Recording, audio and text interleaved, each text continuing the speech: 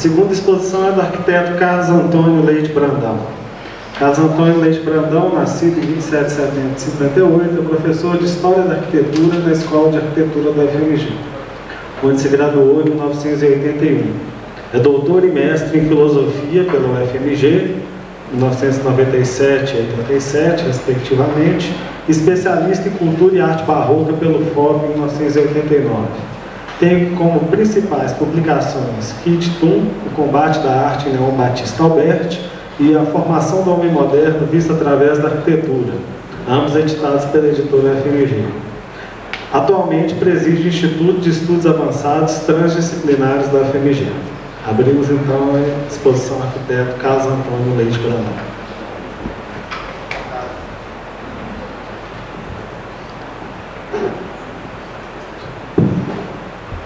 Boa tarde a todos, é um prazer estar aqui, obrigado pelo convite. É um prazer rever amigos aí de fora, como o Hugo. Um prazer estar do lado do Guedes, com quem tem me dado muito prazer trabalhar e encontrar essas mesas que a gente tem feito. Então, boa tarde a todos. Eu vou ler o texto, ou seja, mas eu não vou ler o mesmo texto publicado na revista, não, porque o texto ele foi se desdobrando e tal, então a gente publicou 2 partes na revista, mas esse texto já está na 7ª parte. Então eu vou dar uma continuidade dele e vou ler as partes 4 e 5. Né? A primeira parte aí, da que está na revista, só para dar uma amarrada, é sobre definição e sentido do monumento. A segunda parte é sobre como que o monumento ele não se define sem o cotidiano e como que o cotidiano não se define sobre o monumento, sem o monumento. Existe a definição do monumento em si, né, como onérico, mas na medida que ele se relaciona com o cotidiano.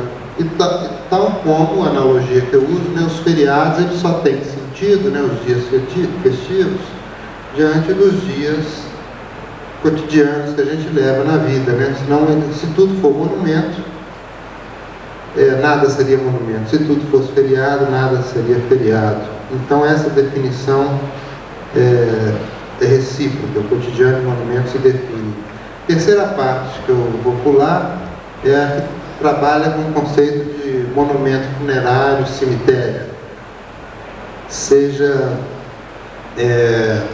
esses monumentos, né, funerários, cemitérios, como primeiros monumentos, os sentidos que está nisso, seja também porque talvez o cemitério, antes mesmo de se constituir as cidades, eles já existiam, né, a cidade dos mortos, ao lado das várias tribos e vilas, talvez foi o primeiro espaço republicano, né, o primeiro espaço onde todos eram iguais perante a lei, irmanados pela lei. Eu vou ler as partes 4 e 5. A sexta vou trabalhar um pouco, estou trabalhando um pouco com a ideia do monumento na Chué, e tem uma 7ª ainda, eu vou trabalhar um pouco na questão da Renascença. Mas eu vou ler alguns trechos das páginas, parte 4 e 5, e não vou usar projeção nem nada. Então a parte 4, né, que vem logo depois dessa do cemitério, o monumento ou serve ao real e ao presente, ou não serve a nada. Isso vale para todo o resto. A arquitetura lato sensu, a ciência, as artes e a filosofia. Mas de que modo o monumento serve ao presente? Sobretudo exprimindo uma cultura e valores comuns, inserindo-nos numa história, dando-nos identidade, fundação e destino, tornando-nos melhores do que somos, seja enquanto indivíduos ou seja enquanto sociedade. Pode-se dizer que tudo é expressão da cultura de nossos tempos e que então tudo deveria ser levado para os pósteros, para a frente. O monumento que se projeta como um memorial difere por ter intenção e propósito claro de expressar essa cultura, condensá-la numa unidade, mesmo em suas contradições, para fazê-la atuar na memória, advertir, lembrar. monere, monumento, que significa isso, lembrar, advertir. Então, o monumento que se projeta, ele traz uma intenção, né? É um pouco diverso aí desse monumento não intencional do Alois Riegel, porque ele se projeta com essa intenção. Ele é aquele que traz a lembrança alguma coisa de modo simbólico e afetivo, ao modo da emoção e não como informação. Então, o monumento, ele trabalha fazendo essa advertência, esse monere, esse lembrar, conjugando a emoção e não a informação. É pela mediação da afetividade que o monumento age sobre a memória e move-nos, comove-nos, transforma-nos, fazendo o passado vibrar como se presente fosse. E para fazer isso, selecionamos o passado de modo a encontrar nele, no passado, os centros de carga simbólica e vital que preservam os laços fundamentais do corpo social, conjuram o tempo e servem como referências, limites e modelos para a existência e o cotidiano. Aquilo que se transmite através do monumento varia conforme o olhar que o aprende. O Partenon foi compreendido pelos renascentistas, pelos neoclássicos, por Albert Speer, por Le Corbusier e por Norbert Schultz, de forma diversa e para fins igualmente diversos, conforme interesse e prioridade arquiteturais a se legitimar no presente e no futuro. Da primeira vez que li o Grande Sertão Veredas, ficaram-me o périplo do jagunço e a luta pela vida e pelo domínio de si. Da segunda, o reconhecimento da familiaridade com o sertão e com o mundo. Da terceira vez que li, as palavras da experiência da vida. Da quarta, poesia. A mensagem do sertão é inesgotável e possui múltiplos níveis de leitura conforme o presente em que a leio. Com o monumento, ele nunca, o sertão, termina de dizer aquilo que tem para dizer. Por isso, o monumento canta e resguarda-se, cultiva o silêncio, volta a ser terra, como diz Heidegger, para dar-se ao mundo de forma diversa, mais à frente, com a palavra da poesia.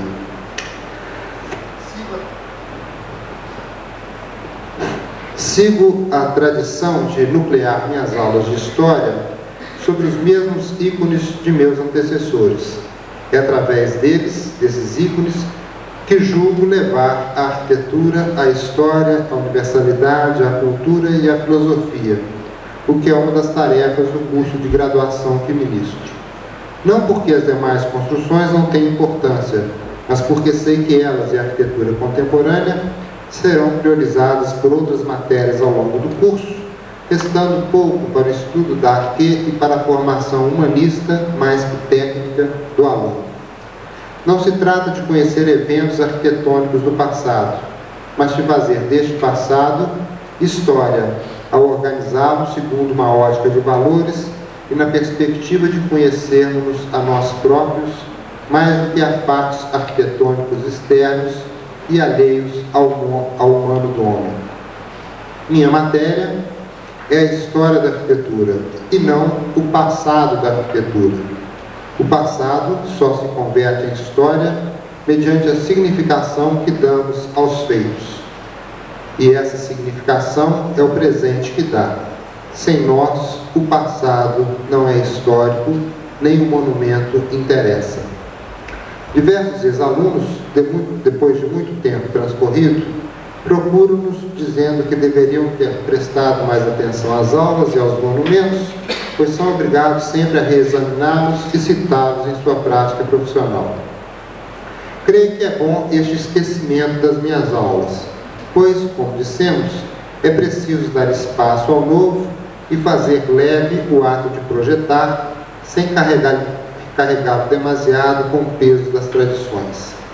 Diria Montaigne, lá no século XVI, que se esqueça a vontade, mas que se saiba assimilar, que se saiba apreciar os fatos mais do que os registrar, que o pensamento, o espírito, a ser comunicado, domine e penetre a imaginação de quem ouve, a ponto de que não se lembre mais das palavras e do monumento.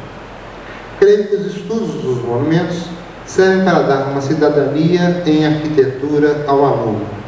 Dão-lhe uma primeira forma e referência com que moldar seu espírito e as futuras informações e experiências projetuais. Fornecem alguns paradigmas a serem aceitos e criticados, de modo a permitir ao aluno criar suas próprias referências e paradigmas, mesmo que ele se recorde de pouco desses monumentos ou nada dessas minhas aulas.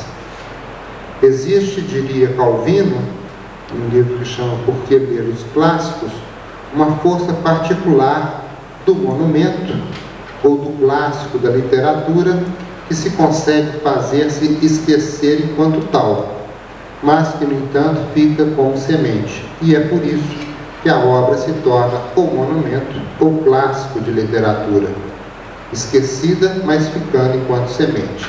Esta potência de semente, este canto que se recolhe e guarda um silêncio, as demais construções não têm.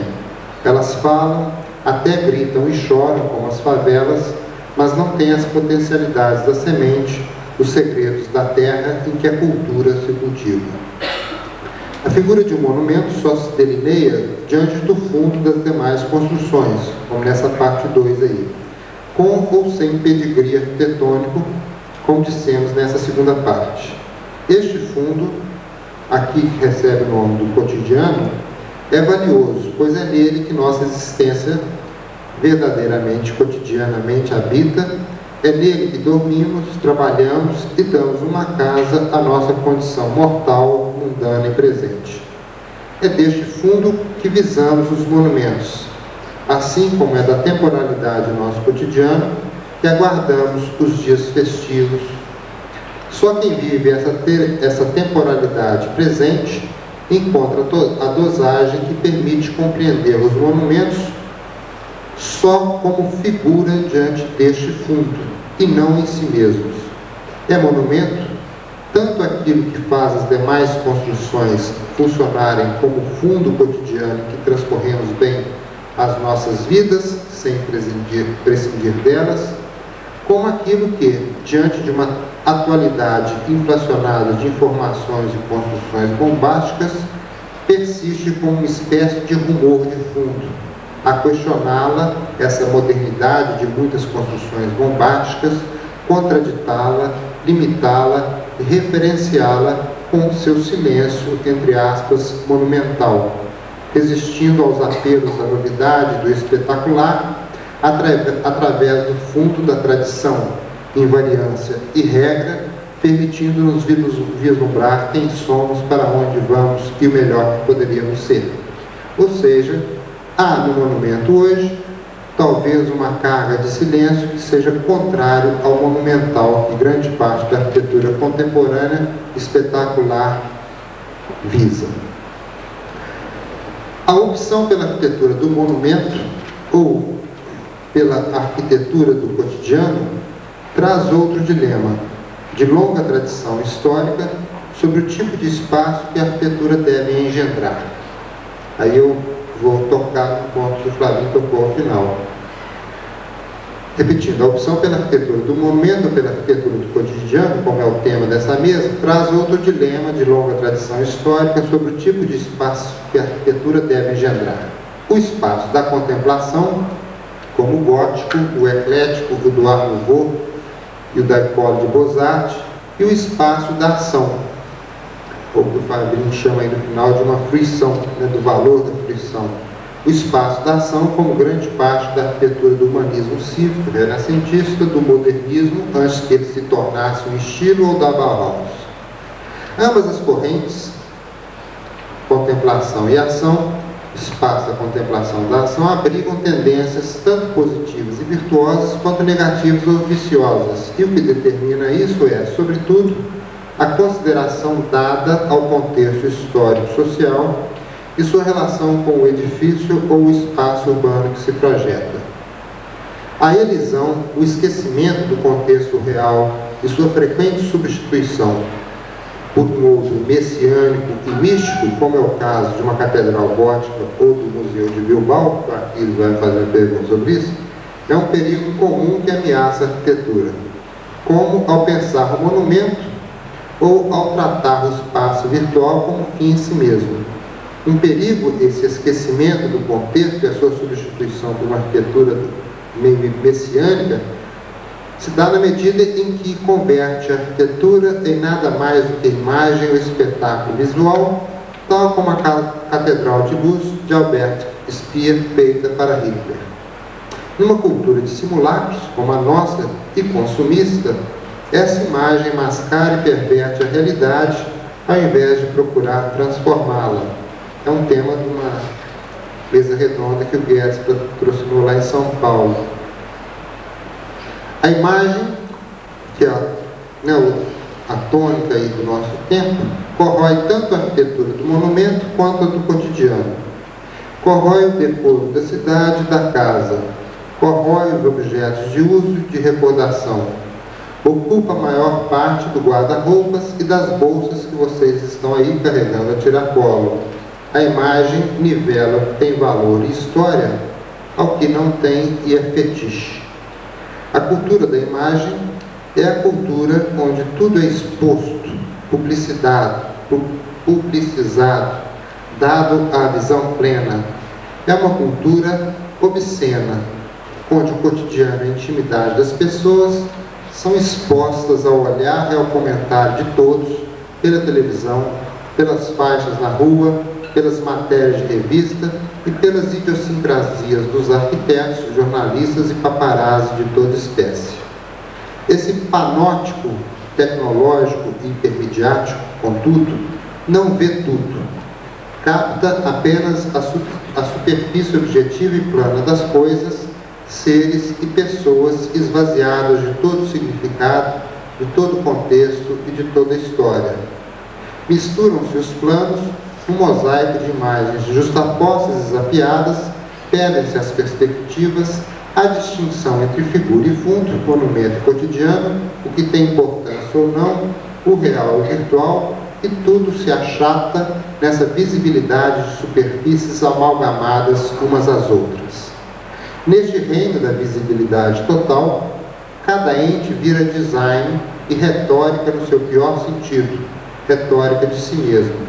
Carro, retrato, cartão de crédito, roupas, caderno, casa, praça, gestos, corpo, espírito, identidade. Tudo se superlativiza e se congela. Tudo se torna uma espécie de monumento soft, tudo vira imagem e signo de arte, a qual a arte, por sua vez, perde seu conteúdo e seu sentido, justamente porque planificou-se tudo. A arquitetura do monumento é o modo pela qual ela se pensa, a arquitetura se pensa no mundo que se estetizou num nível único, homogêneo, plano, sem atritos, sem hierarquia e sem capacidade de distinguir entre o que deve vir à cena como figura e monumento e o que deve manter-se como fundo e suporte do cotidiano. Tudo, até o insignificante, o burocrático e que é apenas meio instrumento, deve ser monumentalizado, tornado fim em si mesmo, inflado por roupagens, propagandas e informações. O mundo obsceno, onde tudo vem à ribalta como mera superfície, é um mundo obeso. Como obesa é uma cidade ou um bairro onde tudo se projeta como monumento, como se vê desde as recentes intervenções na nossa Praça 7 Belo Horizontina até os condomínios fechados de uma elite abastada, obesa e culta. Trata-se, portanto, que é o maior crime feito em Belo Horizonte, a própria ridicularização do monumento, são aquelas intervenções da Praça 7. Trata-se, portanto, menos de optar por uma ou outra arquitetura, por um ou outro espaço, mas de combater uma ou outra arquitetura, a arquitetura do monumento, do cotidiano, ou espaço da contemplação ou da ação, mas, sobretudo, de combater esse pensamento planificante incapaz de projetar, distinguindo a imagem do real, o monumento funcional, o terço e o contexto.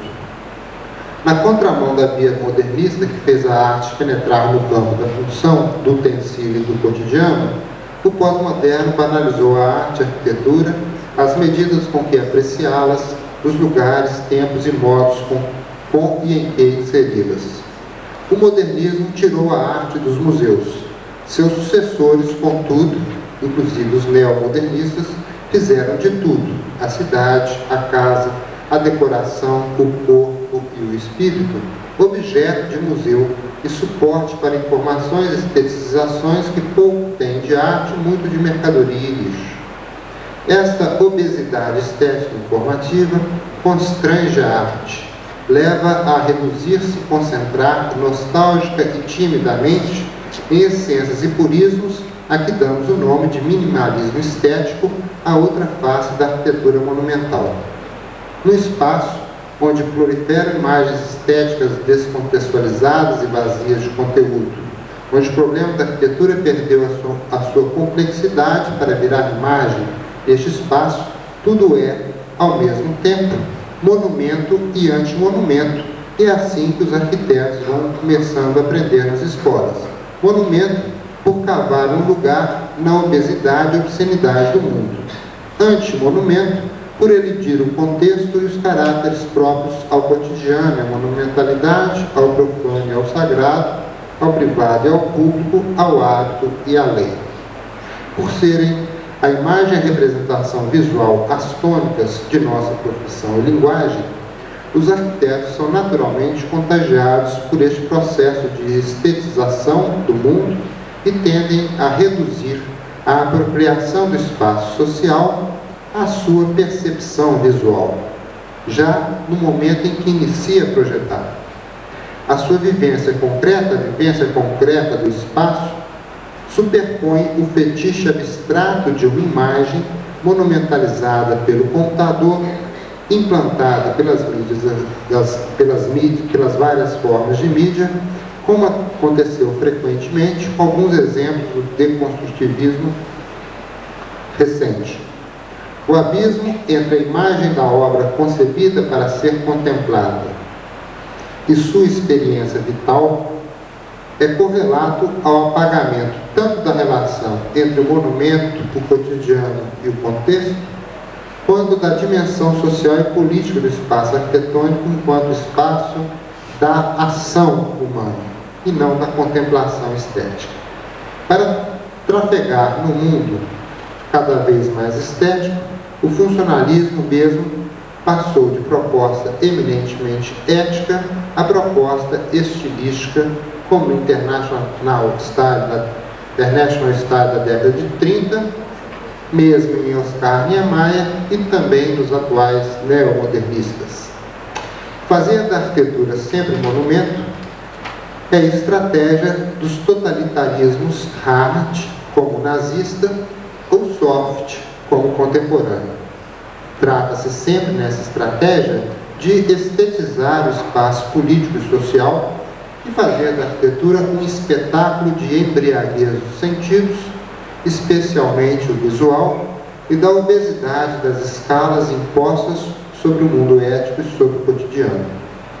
Não é pelas condições intrínsecas de uso e pela ação no contexto, no tempo e nos homens, que o arquiteto, este narciso inveterado, espera ver julgada sua obra, mas pelas aparências dela, como julga a si próprio. Esse arquiteto narciso projeta sempre para uma, entre aspas, massa de espectadores ávidos de cenários para sublimarem suas próprias vidas e não para habitantes e usuários com seus conflitos, fragilidades e inseguranças cotidianas. Como professava Marinetti, fiat artis pereat mundus, faça-se a arte, pereça o mundo cotidiano. No arquiteto do monumento, há um fascista em potencial, pois ele se faz sempre acima do contexto, do cotidiano, da experiência, da especificidade histórico-geográfica, da vicissitude humana e seus sofrimentos, como os aludidos prédios e intervenções recentes em nossa cidade. Esse arquiteto do monumento há sempre um fascista em potencial, alguém que projeta para fora do contexto, como a revista ou a mídia, e não para usuários e habitantes. O monumento, bem sabendo o seu lugar, ele ocupa o lugar do pai na cultura intersubjetiva da polis, lugar da arquê. Quando se apaga este lugar do pai, como ocorre na massa, apaga-se o lugar do simbólico, apagam-se os limites, as referências e perverte-se o território do sagrado, onde se erguia o monumento enquanto suporte de uma unidade ética. Tudo, então, perdido o lugar do pai, ou vira monumento, ou não vira nada. Optar pela arquitetura do cotidiano, que é a minha opção hoje, é um modo de resguardar o monumento e o lugar do sagrado e do pai na cultura, na medida em que não o banaliza.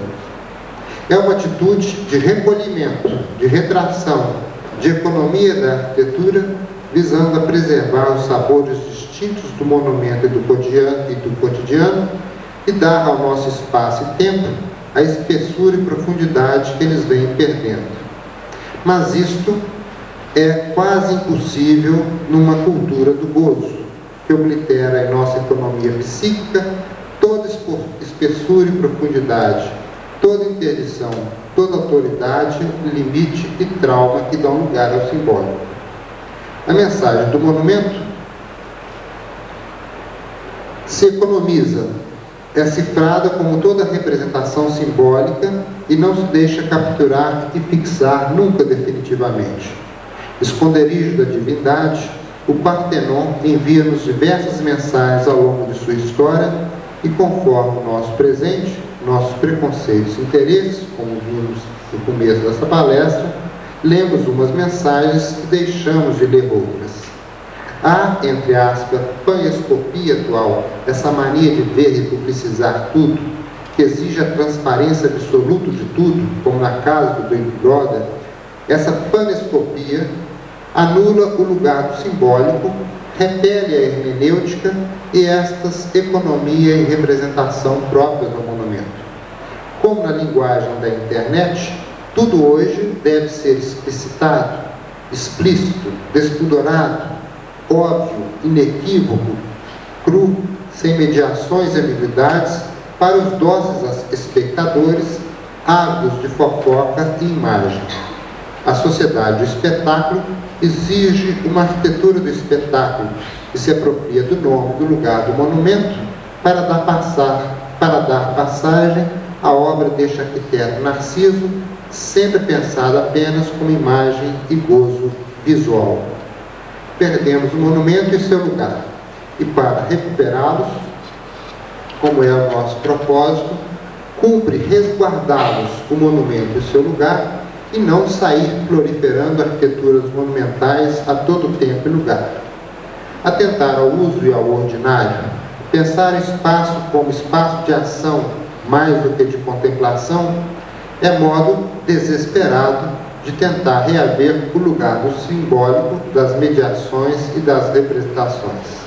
Se não o for, a autoridade que vem pela força ocupa o lugar da autoridade simbólica paterna. O fascismo e sua arquitetura avançam sempre de mãos dadas por nossa própria demanda de autoridade e referências. No mundo de limites abolidos e demarcações apagadas, no reino de transparência absoluta, onde os umbrais e as soleiras dissolveram-se, o sujeito se move por todo lugar. Esse sujeito contemporâneo, leve, ele adquire várias identidades sucessivas, torna-se extremamente plástico, flexível, móvel e descentrado. Este sujeito troca o desejo pelo gozo que faz circular em torno do objeto de consumo, aí incluídos sua casa e os edifícios e monumentos que gostaria de ver na cidade. O monumento é o lugar da gravidade, que nos dá uma posição quanto ao funcionamento e à história da cidade e da coletividade. Este sujeito flexível e leve evita este lugar da gravidade. Para ele só é possível monumentos que não tenham gravidade, que não enlaçam ou responsabilizam, monumentos sem memória, sem mensagem e sem tradição, ou seja, só a imagem, como do Museu de Bilbao, monumentos onde a imagem é a própria mensagem e a arquitetura se vai. Sem uma referência estável, o leviano, esse sujeito leve, tem necessidade de se confirmar incessantemente para não cair em queda livre. E então, ele passa a criar sucessão de referências efêmeras e móveis, entre aspas, mini-monumentalizando tudo, como faz com os objetos, os utensílios, as roupas que o distinguem grifes e tribos reunidas em torno do mesmo gozo, as faixas que vêm ao espaço público para monumentalizar ou espetacularizar impudicamente acontecimentos familiares e íntimos, como o retorno do filho de uma viagem, o aniversário da colega de escola, as bodas dos avós, a passagem no vestibular, tudo exposto em pleno espaço público por meio de faixas. A intimidade, o cotidiano, o sentido ordinário e familiar dos objetos e acontecimentos em que efetivamente transcorre a existência se perderam em nome do espetáculo, da transparência absoluta, da arquitetura, do design e da arte, cujo sentido, como dissemos acima, esgarçou-se. Perdida a instância sagrada, passamos a orbitar em torno dos objetos do gozo, dos quais nos tornamos escravos. É esta arquitetura do gozo, eminentemente visual, que costuma se ocultar sob a ambição ou nome de arquitetura do monumento, pois é o gozo que pusemos no lugar do ancestral, do simbólico, do sagrado, do pai, da lei, da arquê e do monumento. É o gozo e não o desejo, a história e a lei, o que passamos a compartilhar para traçar nossa identidade. Nosso monumento, longe de ser histórico, é onde triunfa o hedonismo coletivo, o gozo como shopping. Monumento de uma cidade carente de qualquer dimensão de res pública e de história. A fala, só para concluir, a fala e a representação simbólica criam lugares, distintos lugares, como o do locutor e o do ouvinte, eu e vocês que estão aí, o do autor e o do leitor, o pintor e o fruidor, o pai e o filho, o monumento e o cotidiano. Quando falo, como agora, escrevo ou pinto, instauro uma simetria de lugares entre eu e o outro para quem me dirijo. E é isso que nos dá uma posição neste evento, numa exposição, numa conversa de bar, numa discussão, no mundo intersubjetivo. Ocupamos lugares e daqui a pouco trocaremos de lugar no momento da discussão ao passar a palavra ao outro.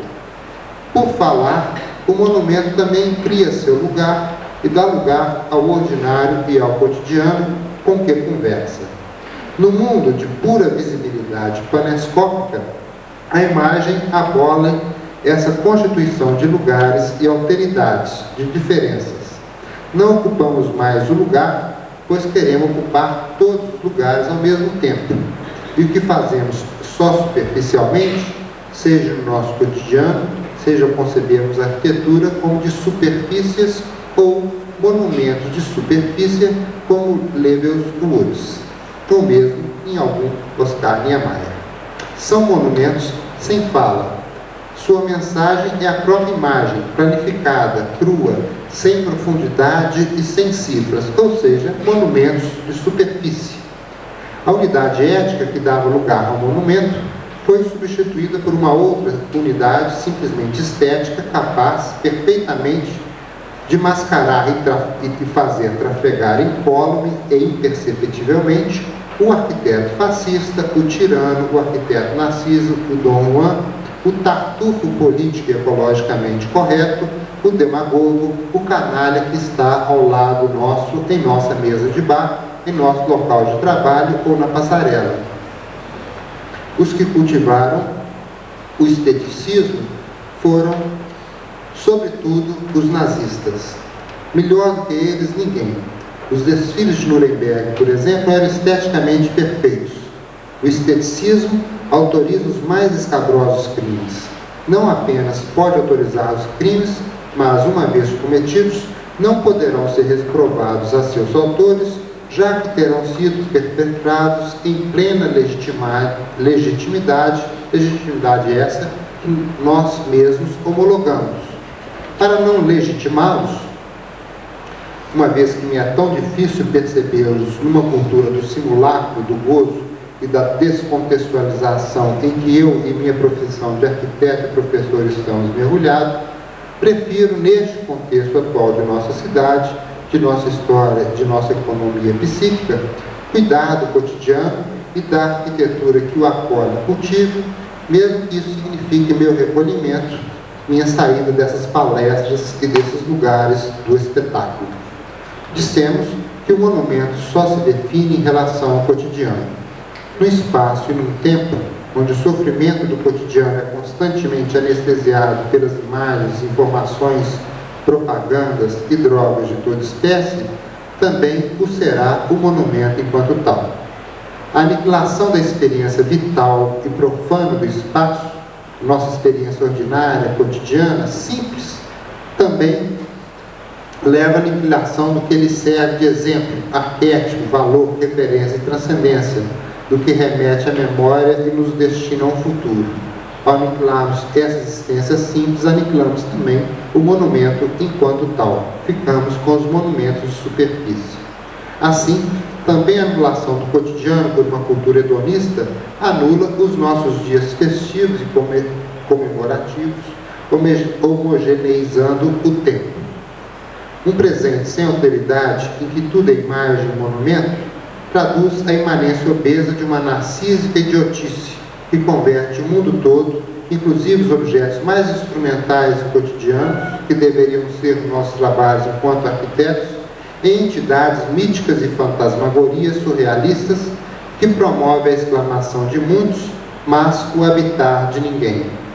O fim dessa arquitetura panescópica, essa arquitetura que se adapta a esse mundo da visibilidade total, que às vezes se intitula do monumento, é aniquilar a própria arquitetura e continuar o processo de desinvenção da cidade, do cotidiano e de nós próprios, seja enquanto indivíduos, seja enquanto cidadãos, cada vez mais leve, cada vez mais sem espessura e, no entanto, cada vez mais obesos.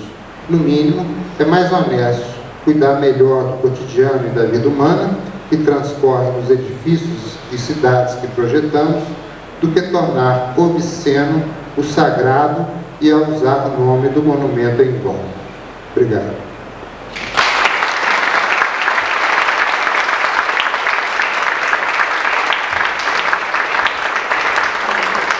Agradeço.